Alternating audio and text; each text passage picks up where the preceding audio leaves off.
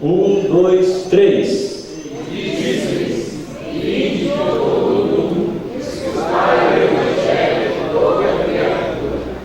Deixa eu perguntar, é assim que está na Bíblia, gente? Como que não é assim? Será que eu errei? Será que eu errei e digitei errado, Rosa? Abra a Bíblia de vocês aí então, gente.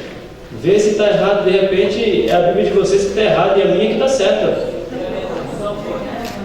Não entendi, Tom. A sua tradução é diferente? Não, Tom. Eu estou perguntando, o pessoal está falando para mim que é ide, mas aqui está escrito vinde. É? Ainda é diferente dessa? Pode ler o evangelista Tom vai ler para a gente. Lê a tua, Tom.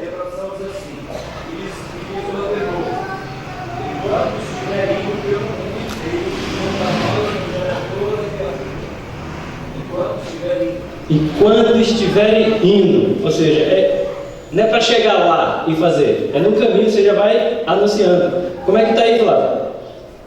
E disse: ide por todo mundo, pregai o evangelho a toda criatura. Flávio, quer dizer que eu tenho que trocar de Bíblia, Flávio? Mais ou menos. Irmão, vocês têm uma oportunidade. Eu só vou pedir para a Jéssica fechar a porta ali, porque ela está também escutando a aula, para ninguém fugir. Porque as pessoas estão trocando esse ide por vinde. A igreja não pratica mais o ide. A igreja está praticando agora o vinde. A igreja não sabe o que é evangelizar. Não sabe nem a conotação da palavra evangelizar. Eu não sei se de vocês, mas quando eu me converti, as pessoas dizem, agora você é evangélico. A gente não sabe nem a conotação da palavra evangelho, evangélico. Vocês sabem como é que se chama essa igreja? Igreja Evangélica, Assembleia de Deus, Ministério do Madureira, Campo do Taboão. Igreja Evangélica. Por que se chama Igreja Evangélica? Porque a gente fala de evangelismo. Porque a gente fala que é evangelho. Porque a palavra nos diz que nós temos que ir para o mundo pregar o quê? O evangelho. E nós estamos pregando qualquer outra coisa menos o evangelho. O que é a palavra evangelho?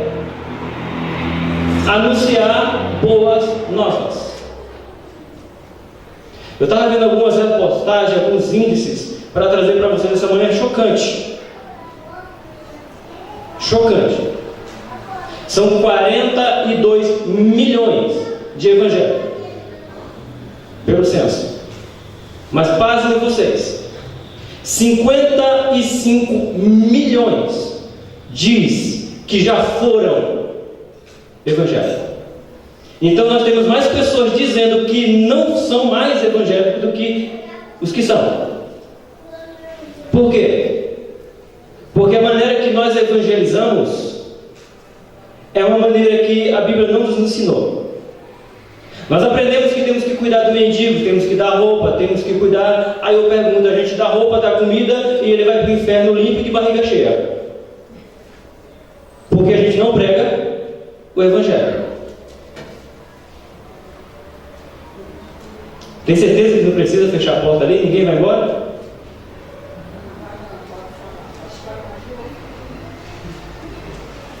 Obrigado, irmã Graça. O evangelho, ele se perdeu porque a gente propõe as pessoas virem para a igreja para quê? Para ser salva? Estou com problema no casamento, vai para a igreja. A minha empresa quebrou, vai para a igreja. Meu filho está preso, vai para a igreja. Meu filho está doente, vai para a igreja.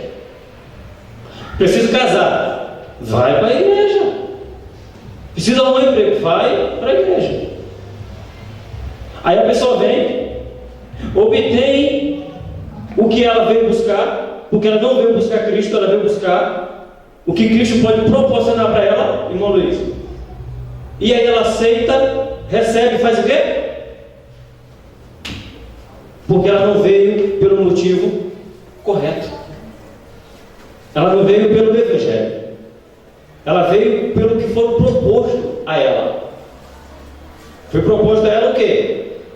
Melhorar o casamento. Então, se ela está com o casamento errado, então ela vem para a igreja, participa do curso para famílias, e aí, aqui o casamento dela fica bom, ela vai embora e não volta mais porque o que ela queria. Ser salva ou melhorar o casamento?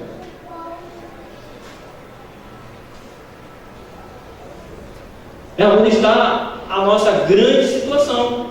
A nossa grande problema de evangelizar é esse. Que a gente vai evangelizar e diz: Jesus pode curar você. Aí Jesus cura e ela vai para o inferno. Porque a gente quer que ela seja curada e não que ela seja salva. Então, quando eu olho para o Evangelho e eu vejo a Bíblia, Jesus dizendo: a tua fé te salvou.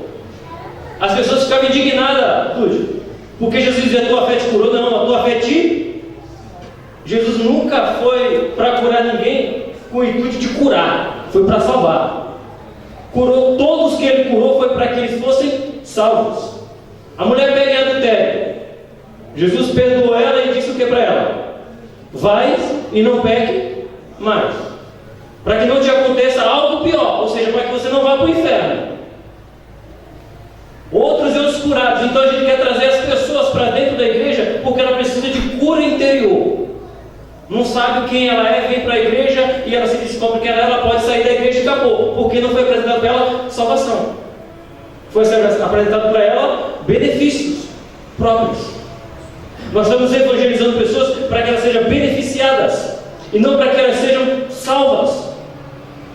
E quando a gente olha a revistinha do Dink, se vocês querem, olha que coisa alarmante. Eu não sei quem escreveu, mas quando o senhor falou que tem essa revistinha? 2005. José falou que é dele em 2005, a minha é em 2016.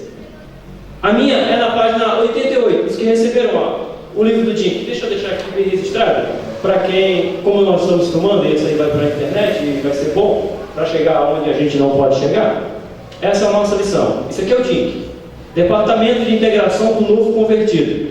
Mas assim como falou o Éder aqui, eu digo, a gente fala que isso aqui, eu só tenho, se eu pudesse ter uma reclamação contra o Dink, ou uma reclamação não, uma sugestão, eu diria que o Dink ele teria que mudar de nome, não de conteúdo, preste atenção. Então, não de conteúdo, ele teria que mudar só de nome, pastor. Não de conteúdo excelente, mas não o nome. Porque as pessoas leem isso aqui e dizem assim: Departamento de Integração do Novo Convertido. Ele está 20 anos na igreja, então ele diz: eu não preciso ir para o Dink, mas ele não sabe nada do que é ensinado no Dink. Então eu acho que poderia mudar o nome aqui, devia ser discipulado, aprendizado para toda a vida, alguma coisa desse tipo, para ver se eles sentem a vontade de vir aprender um pouco mais. Qual foi a última vez que você viu uma mensagem sobre justificação? Você ouviu hoje? Quem é que ensina? O Dink. Onde foi a última mensagem que você viu sobre santificação? O Dink. Ética cristã. Você ouviu onde? No Dink. O Dink te ensina tudo isso. Ceia, como tomar ceia, batismo, Bíblia. E são 20 matérias. Mas a pessoa está tanto tempo na igreja, não vem porque ela não é novo convertido. Infelizmente o livro diz que é para novo convertido. Mas o crente, se ele entendesse que ele vai morrer sem saber nada, ele não deixaria de passar pelo Dink. Quando eu cheguei nessa igreja, eu já era presbítero, já tinha o meu seminário de teologia, mas fiz questão de fazer o Dink. Peguei o meu diploma e ele está guardadinho lá. Eu passei pelo Dink. Porque se eu deixar de aprender, meu irmão, de querer aprender, não serviu para nada. Então, na página 88 deste livro, os que tiverem, tem um título aí: Evangelista. Eu serei breve, que daqui a pouco vai ter o nosso pastor vai ministrar sobre o Espírito Santo e demanda um pouco mais de tempo. Escuta só: Evangelista, está aí, página 88, ponto 3. A do Gesiel, eu fui ler a revistinha dele, é página 83, 6. A sua 156 a sua? Isso. Ó, a nossa, que é padrão aqui, que é a nova tiragem, é a página 88, ponto 3, Evangelista.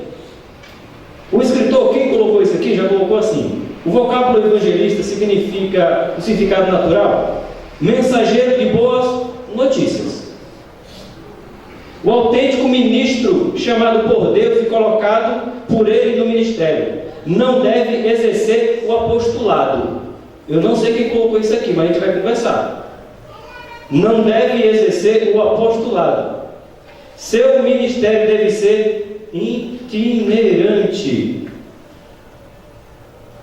Tá ok. Montônio, você falou que não vai falar sobre evangelismo. Justamente, eu estou falando sobre evangelista. Está na lição dons espirituais. Falamos de evangelista. Aí uma pergunta que eu quero fazer: existe evangelista comissionado hoje por Deus? Deus o capacitou, lhe deu o dom para ser evangelista?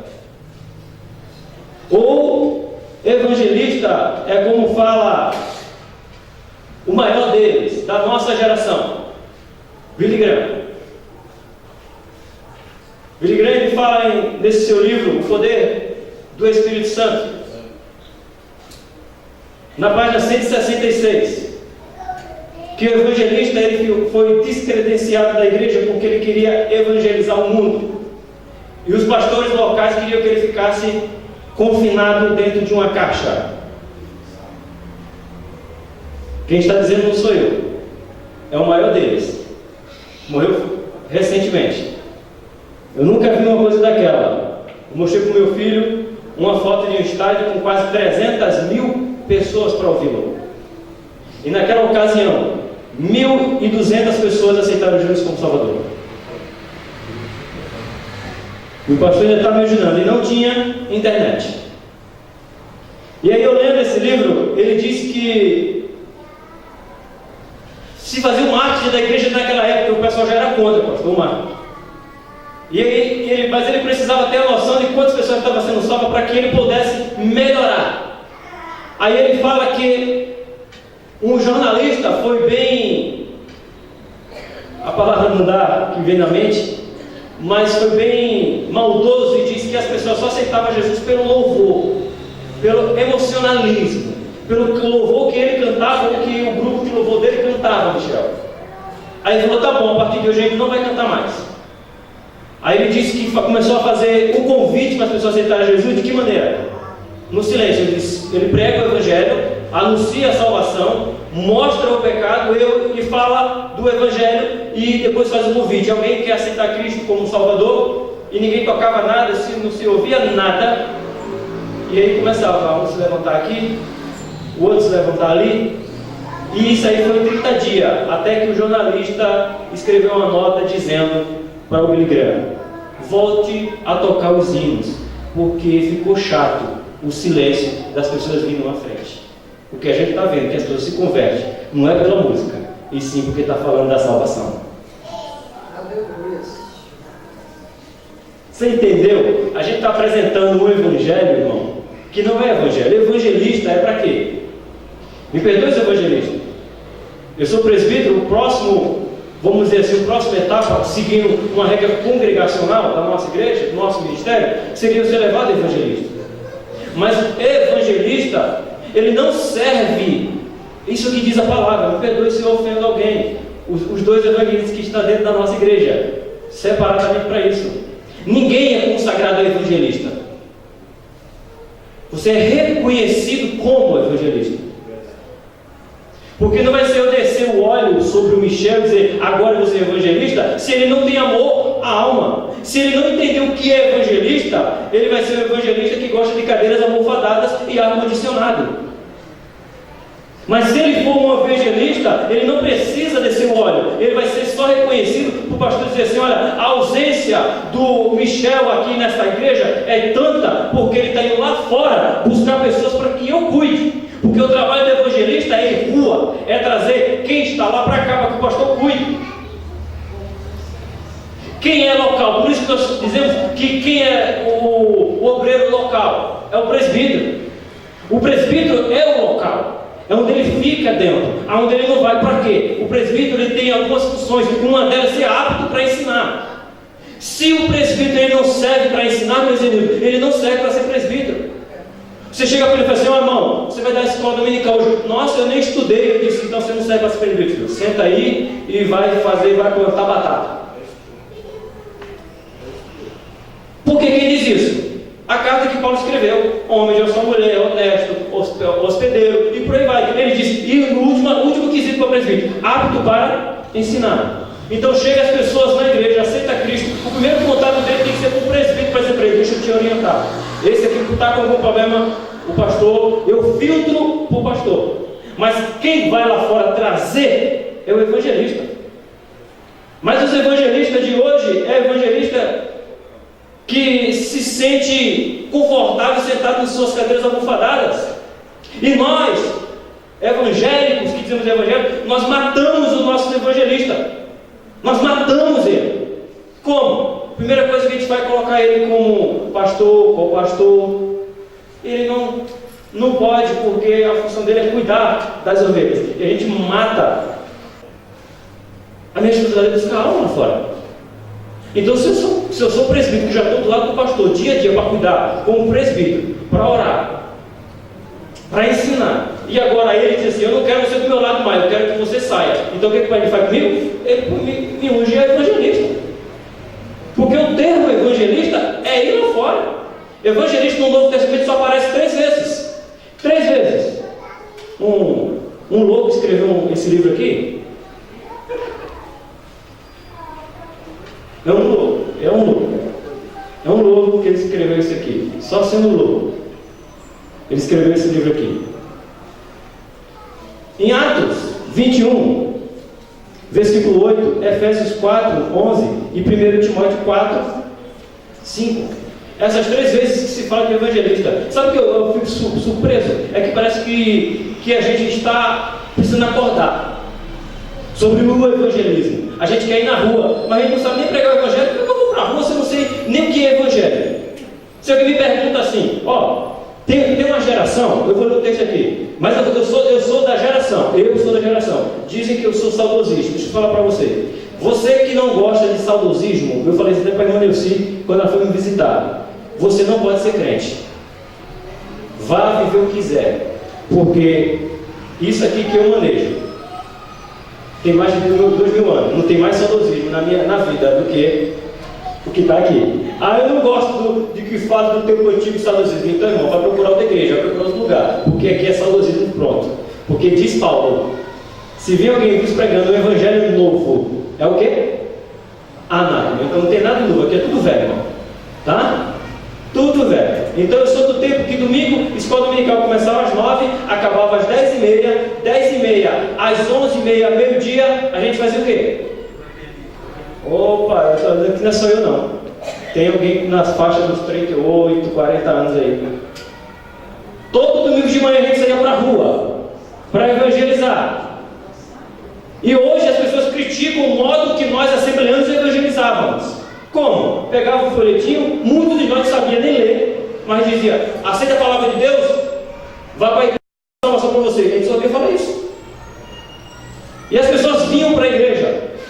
Hoje você tem que ter tática, tem que ter homilética, hermenêutica, PhD em missão. E o folhetinho, você não anda mais no bolso, você não tem na tua Bíblia uma literatura para entregar alguém na rua, e nem sabia o que estava escrito. O pastor nos ensinava, primeiro antes de sair da escola dominical, ele passava 15 minutos nos ensinando, você vai entregar esse folhetinho, aqui está dizendo que ele é o caminho, a verdade e a vida. Deixa eu explicar para vocês o que é o caminho, a verdade e a vida, porque se alguém lá fora perguntar, vocês sabem. E a gente saía. Eu não me lembro de aproximadamente 10 anos de vir a um culto de domingo e não ter uma pessoa que aceitasse Cristo ou voltasse para Cristo. Por quê? Por quê? Porque a igreja falava do amor de Cristo. E hoje a gente não quer falar mais do amor de Cristo. Será que a gente está causando incômodo nessa geração? Alguma pessoa veio falar para mim assim que eu falo muito com meu filho. Eu disse, pois é, irmão, eu tenho que instruir, eu tenho que falar de casa. Meu filho tinha 14 anos, nós morávamos em Votuporanga. E um coleguinha dele, ele foi, disse, pai, um colega quer ir para a igreja. Eu disse, leva ele para a igreja. Levou para a igreja, e depois chegou, pai, eu acho que vai ficar difícil ele ir para a igreja. Por quê? Porque a família dele é daquele moço aí que você tem um livro, que você fala que eu não posso pegar. Eu disse, que livro, filho? Aquele lá, Allan Kardec, que eu tinha a coleção completa, né? Como é que eu vou falar para alguém sobre os espíritos se eu não sei a base dele? Então eu tinha os 7 dele, só isso. Ele disse, o senhor fala que eu não posso pegar. Eu disse, tá bom. Mas leva ele para a igreja. Esse menino foi para a nossa culto, era quarta, sexta e domingo. Ele foi na quarta a primeira vez, na sexta ele foi a segunda, aceitou Cristo e começou a frequentar a igreja. E aí o neto chega em casa, meu filho, chega em casa e diz, pai, fulano não quer ir para a igreja mais. Ele disse, mas por que, filhão? Ele disse, porque a família dele disse que eu sou uma má influência para ele. Eu disse, não entendi. Que eu sei, meu pai me ensinou na minha casa que má influência é bandido contra mim. Não anda com fulano, se ele for preso, você vai junto. Não vai andar com quem não presta, porque depois você vai pagar porque só porque você estava junto. Não era assim? Pelo menos meu pai dizia isso para mim, pastor. Aí meu filho chega em casa dizendo que a família do menino está dizendo que o meu filho era má influência para ele. Por quê?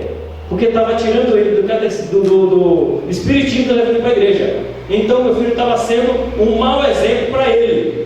Ou seja, até quando nós estamos causando mal-estar nessas famílias, de tirar os filhos deles da droga, de tirar os filhos deles da prostituição, para que os nossos filhos sejam mau exemplo para eles.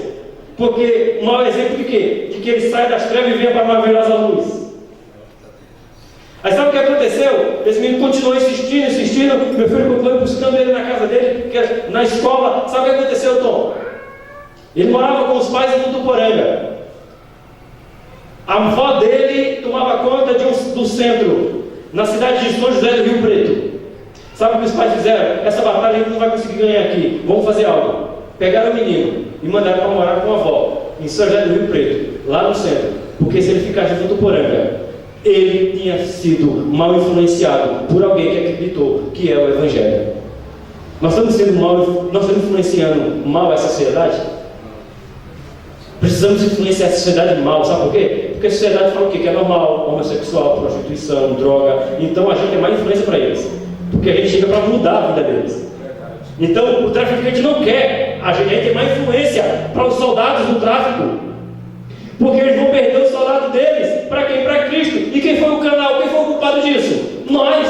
Claro, que vamos levar, se tornando má influência. Ou seja, os valores mudou tão grande que antes o mundo era má influência para nós. E hoje está tão escasso nós que nós estamos se tornando má influência para o mundo, porque o mundo já está no maligno. Porque a gente não prega mais o Evangelho. A gente tem uma igreja que diz: vinde quem quiser, escute o Evangelho se você quiser. Eu disse para os adolescentes aqui dessa casa, quando nós éramos líderes, tivemos a festa. Eu disse: não se alegrem. Está aqui o Douglas atualmente como testemunha. Não se alegrem porque nós vamos fazer uma festa, vamos fazer isso, vamos fazer aquilo. Se a gente não lê, não entender o que está escrito em Lucas capítulo 15, que a Bíblia diz que não existe festa, aliás, não existe nada aqui na terra que cause festa no céu, a não ser por um pecador que se arrepende. Então, se nós fizermos uma festa aqui, comemorar foi o 23º ano dos adolescentes, e não tiver uma alma para Cristo, nós fizemos trabalho de tolo. Porque o meu intuito não é eu congregar. Para mim, eu dizia para a mocidade, o Pudim, a bênção ela nunca pode parar em mim. O Evangelho não foi em mim, ele não me alcançou para que eu ficasse com ele para mim. Porque a brincadeira que eu coloquei aqui, a palavra é vinde por todo mundo. Eu não sei se todos conhecem, mas eu me converti na sala da minha sogra, namorando a minha esposa ainda, e ela colocou um CD para a gente escutar, e eu me lembro, 1999, o CD de Marcos Antônio, o título do CD, eu lembro até hoje, toma os pedaços.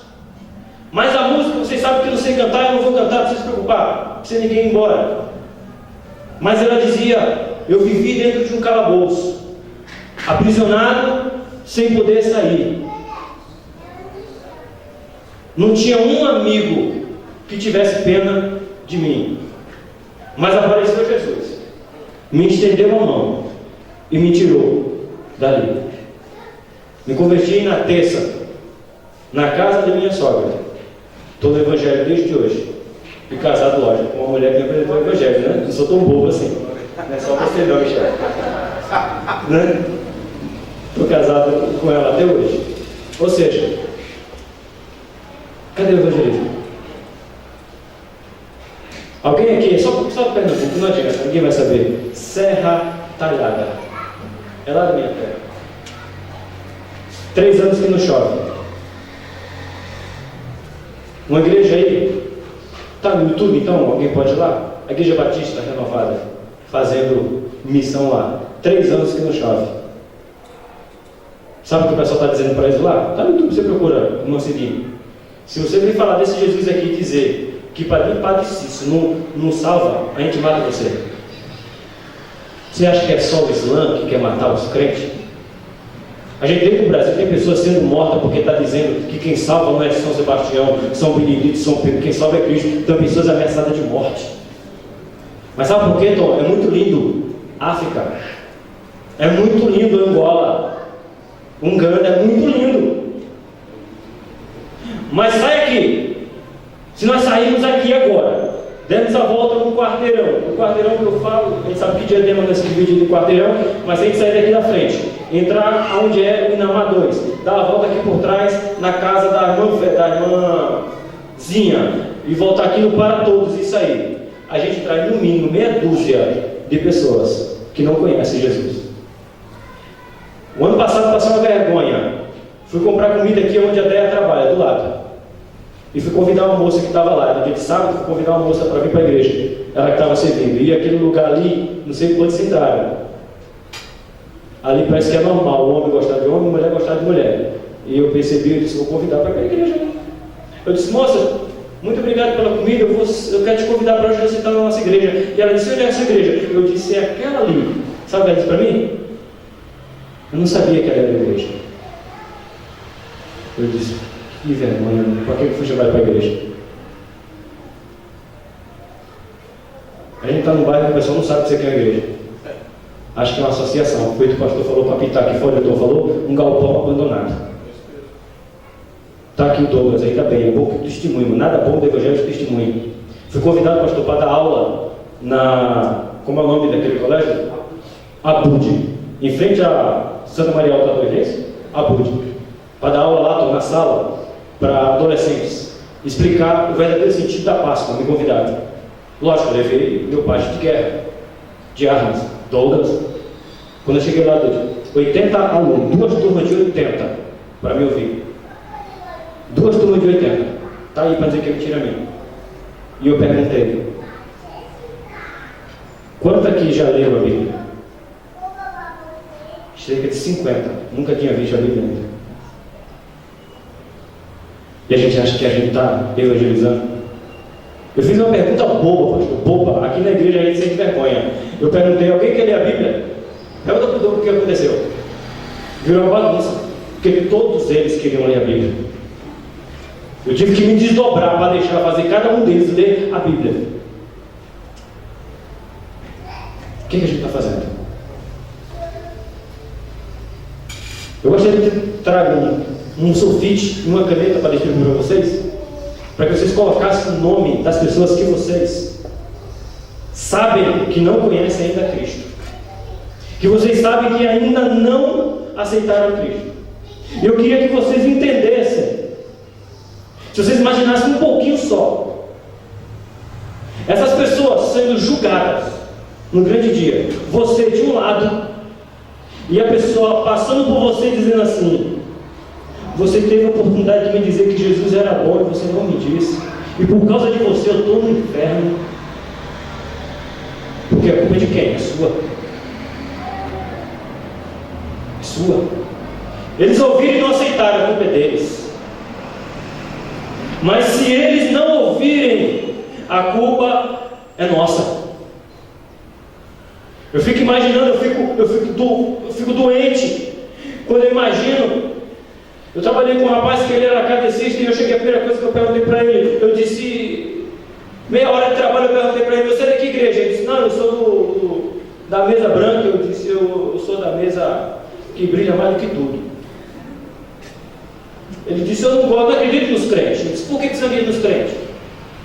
Ele disse, porque a Bíblia de vocês foi escrita por um homem, não escreve o que ele quer.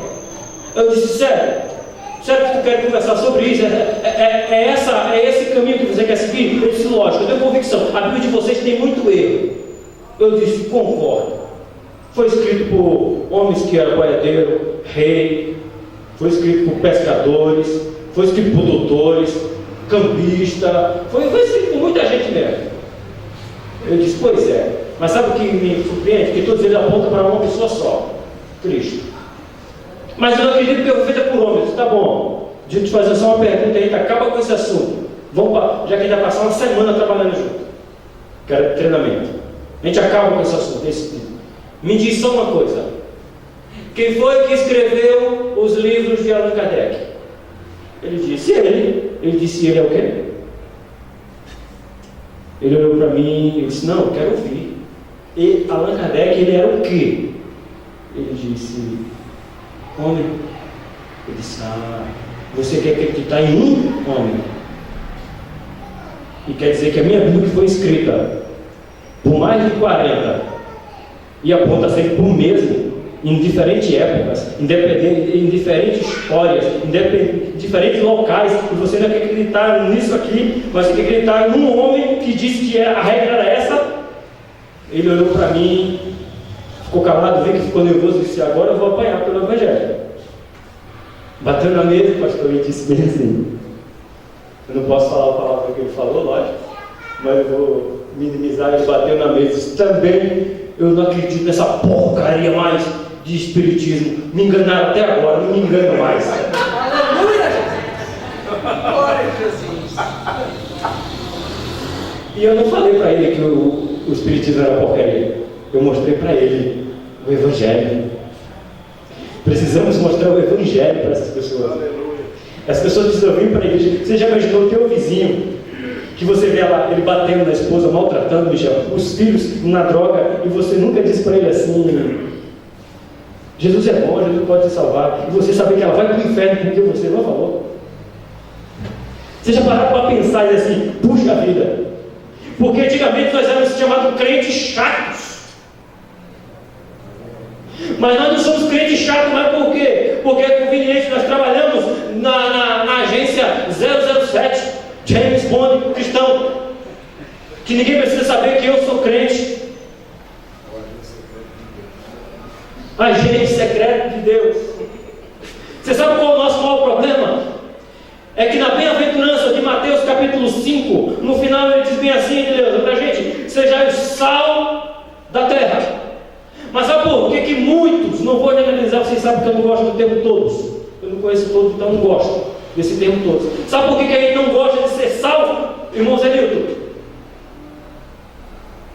Porque sal, ele some, ele é diluído, a gente sabe que está salgado, mas não vê o sal, e tem crente que quer ser visto, por isso que ele continua dentro do saleiro, porque no saleiro ele continua sendo visto. Agora depois que ele sai do saleiro e é misturado a carne, ele ninguém vê mais, só sente o sabor. O problema é que os crentes, eles dentro do saleiro, dentro da igreja, irmão Gesiel, dentro da igreja eles querem ser sal, eles são sal, ele nos faz sentir emoção, ele nos faz chorar com as suas palavras, ele nos faz sentir os seus louvores, nos encanta, porque ele é sal dentro do saleiro. Põe ele lá fora, ninguém sabe quem ele é, porque eu não posso ser chato na minha faculdade. Eu tenho um livro chamado Liderança Espiritual. Ele fala que o rapaz ele era o presidente de uma grande empresa, e os diretores decidiram que ia colocar no convênio que a partir de agora o convênio deles ia cobrir aborto, e o salário dele ele descreve 20 mil reais. 20 mil, você sabe o que é ganhar 20 mil reais por mês? 20 mil era o salário dele, e ele disse, eu não aceito, isso vai contra os meus princípios. Não, mas aqui você não está para ser crente. Não, sou crente, é princípio da vida. Eu brinco de ir em casa com alguns comentários no Facebook. Eu sou a favor do aborto. Eu disse, bem que tua mãe poderia ter te abortado. Porque você não falou para sua mãe, por que você me abortou? Não, só quer abortar. Alguém pergunta pro feto se ele quer ser abortado? Pergunta? Não, né? Mas aborta, sem perguntar nada para ele. E ele disse: eu sou contra. Sabe o que disseram? Ou você assina, ou você vai ser demitido. E ele disse: eu vou levar sobre a minha cabeça sangue inocente, sabendo que a Bíblia me diz que eu não posso ser conivente. E se eu perco 20 mil reais de salário, mas eu não perco a minha salvação e nem quero sujar minhas mãos com sangue inocente. Sabe o que aconteceu, Gisele?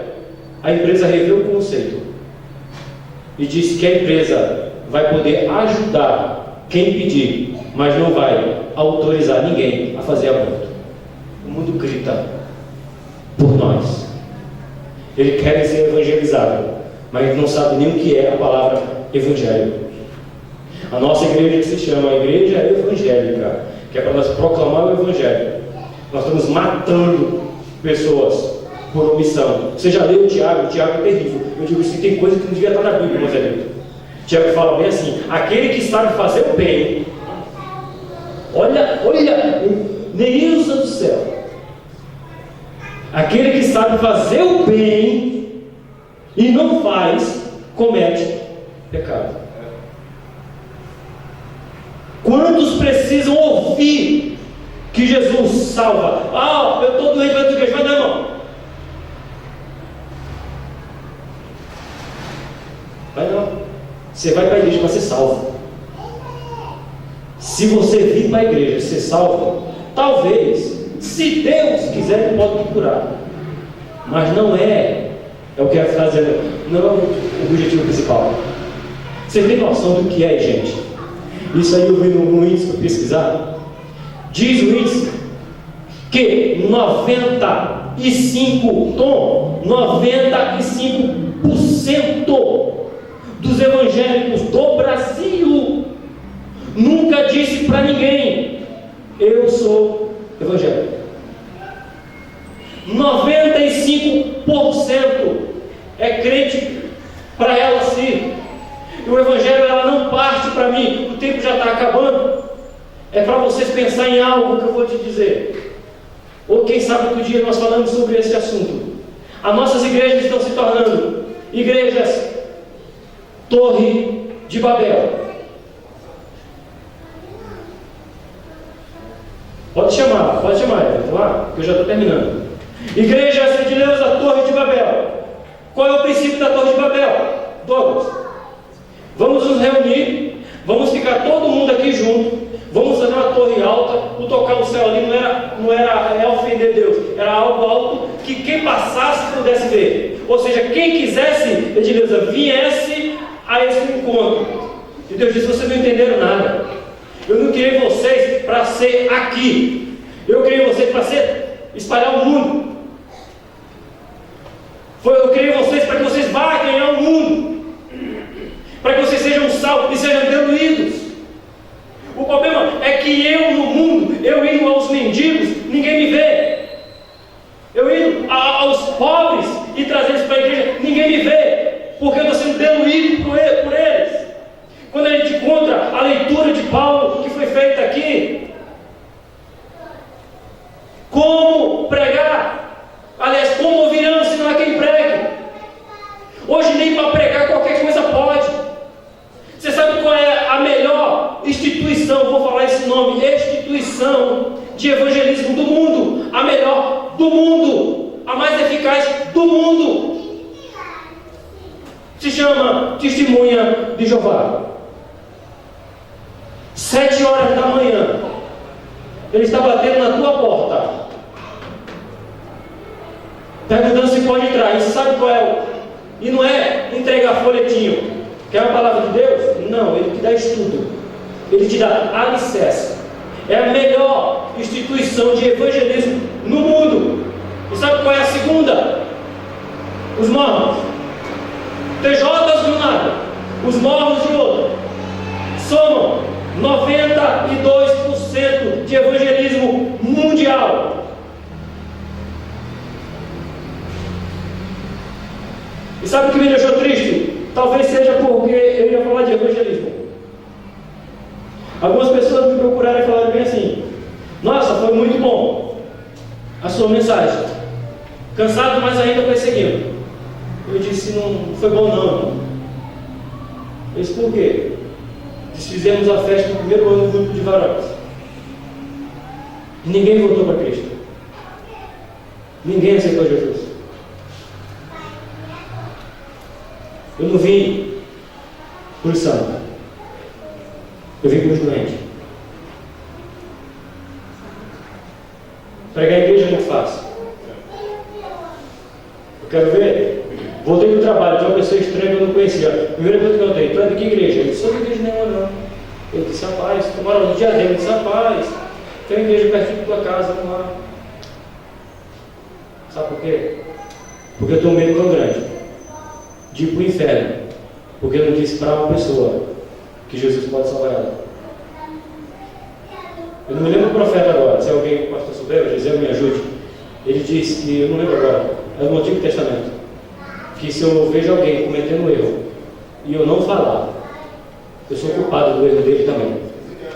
Ezequiel, obrigado, Ezequiel. Você está entendendo? Eu estou vendo a Neilson fazendo uma coisa de errado, indo para o inferno. Eu não digo para ela, a culpa é minha. Esse é evangelismo todo. Precisamos voltar a evangelizar. Precisamos voltar a sair nas ruas, aqui, e dizer aqui. Mas o pastor disse algo que ficou guardado no meu coração. De verdade, pastor. O senhor vai lembrar, mas talvez o senhor falou que nem se eu fosse falar agora, o senhor não ia lembrar. E sabe por que a gente não evangeliza aí na rua? É porque o nosso testemunho aí na rua não é de crente. Como é que eu vou evangelizar a moça aqui da loja se eu devo lá? O senhor lembra que o senhor falou isso aqui? Eu disse: gente do céu, como é que eu vou dizer lá fora: vem para Jesus, se torna nova criatura? Ela vai perguntar: mas você é crente? Desde quando? Pode ler, irmão Gisele. Irmão Gisele vai ler para a gente. Ezequiel 33:6. A sua atalaia firme.